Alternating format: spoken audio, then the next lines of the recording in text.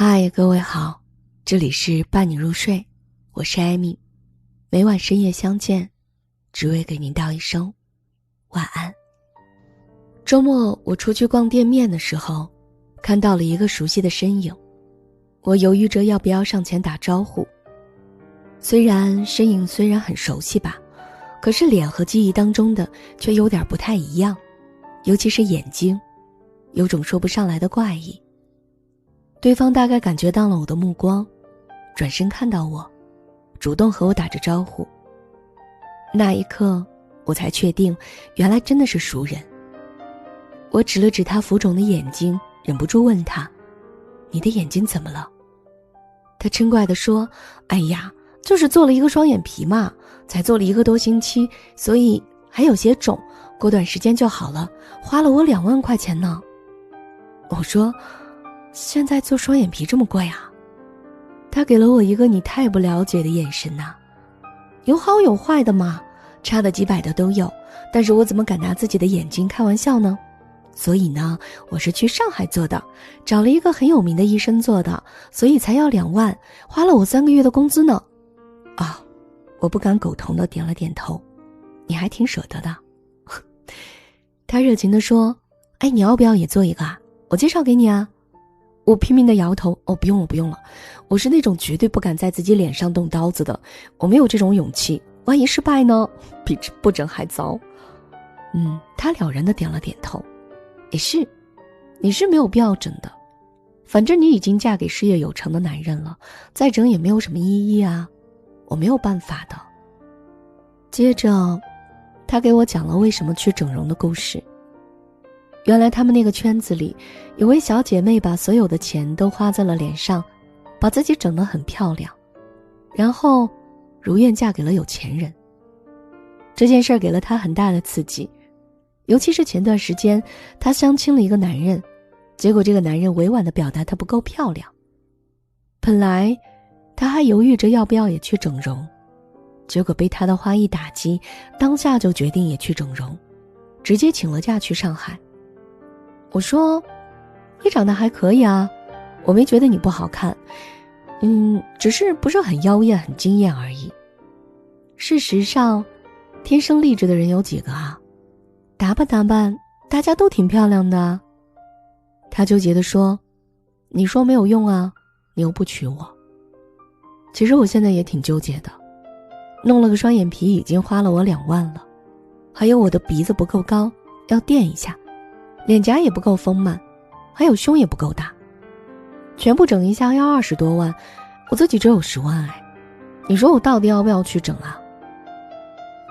我虽然不反对别人整容，拥有更好看的脸，但是自己是绝对不会去动那些心思的，所以骨子里，其实我是排斥在自己脸上动刀子的。我问他，那你整容的主要目的是什么？他不好意思地笑一笑，我的目的很简单啊，就是嫁个条件好的男人。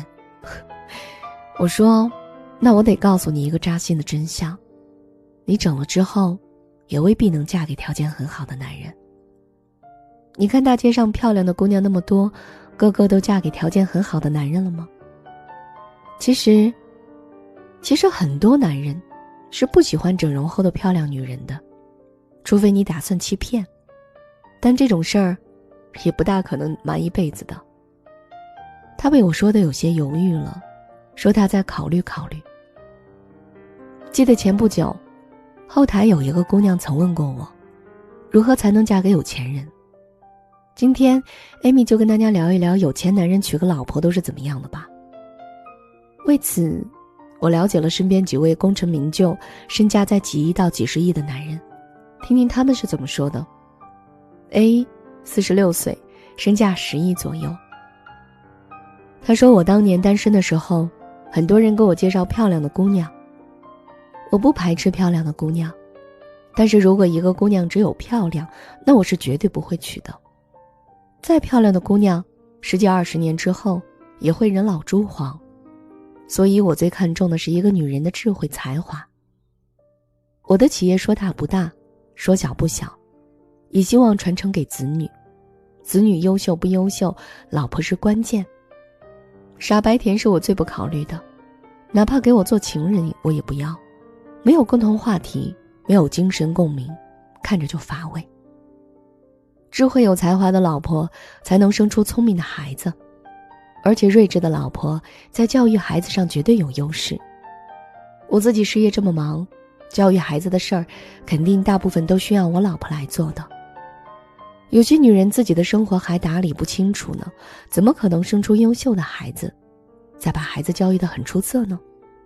当然也不能太丑了，毕竟我也不想带出去人人都议论我老婆好丑，所以长得过得去就行了。 B 50岁，身价20亿。他说20几岁的时候我也喜欢漂亮的女人，幸亏我结婚比较晚，那时候比较成熟理智了。我老婆属于特别能干型的，我有现在的事业，她起码有一半的功劳。每次我遇到事业上比较难以决定的事，和我老婆聊一聊，她总有独到的见解。我当初和她结婚，其实并没有太深的爱情，只是觉得到了适合结婚的年纪就应该结婚了。她的综合条件不错，就这样结婚了。但我现在越来越依赖我老婆了，她好像就是我的主心骨。在事业上，她是我最好的帮手，我们是一家人。到了我这个位置上，不太好意思和别人倾吐什么了，但我可以和我老婆说，我不怕她取笑我，看轻我，因为我们是一家人。而且因为她的能干，很多事情她都做得很好，不管是处理家庭关系，还是和我一起把企业做大，有她在，我轻松很多。所以我一直说的一句话就是，我绝对不会和我老婆离婚，除非她要和我离婚。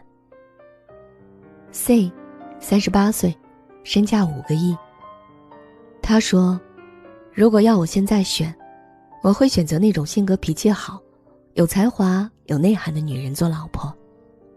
我当初结婚就是很注重外表，所以娶的老婆是大美人儿，当然也很为这一点得意。但现在要我说心里话，其实我是后悔的。最关键的原因在于教育孩子上。我事业很忙，孩子出生后基本就是他和保姆带着的，但是他根本就不懂教育，只会一味地溺爱孩子。我回家时看见他那样娇惯孩子，会提出异议，每次他都会和我吵，说只有一个孩子，不宠他宠谁。所以现在孩子问题很大，花钱大手大脚，素质跟教养都跟不上，坏习惯很多。我虽然着急，却又力不从心。我的事业注定我要经常飞来飞去，不能时常待在家里。可是孩子教育不好，事业做得再好也没有用啊。我努力去和他沟通交流过，我一说他就开始和我吵，搞得我很心累。如果不是因为有这个孩子，我真的不太想和他过了。看见孩子现在流里流气的样子，我非常后悔当初的决定。D 55岁，身价30亿。他说没有人不喜欢美丽的事物，包括美丽的人，无论男女，其实都喜欢帅哥美女，毕竟看着养眼。尤其是刚认识的时候，长相是非常重要的。但就我的经验而言，再美的人看久了就不再觉得惊艳了，不好看的人看久了也会慢慢顺眼的。一个女人最大的魅力是她的思想和见解，真正成熟睿智的男人看的也是这一方面，其次才会关注这个女人好不好看，毕竟娶老婆和找小三儿的标准是不一样的，对吧？古语有云，娶妻娶德，纳妾纳色。当然，如果符合以上标准特点，还能顺便长得很漂亮，是再好不过的了。不过这种事儿可遇而不可求，如果两者无法统一的时候，先选择有思想有智慧的女人。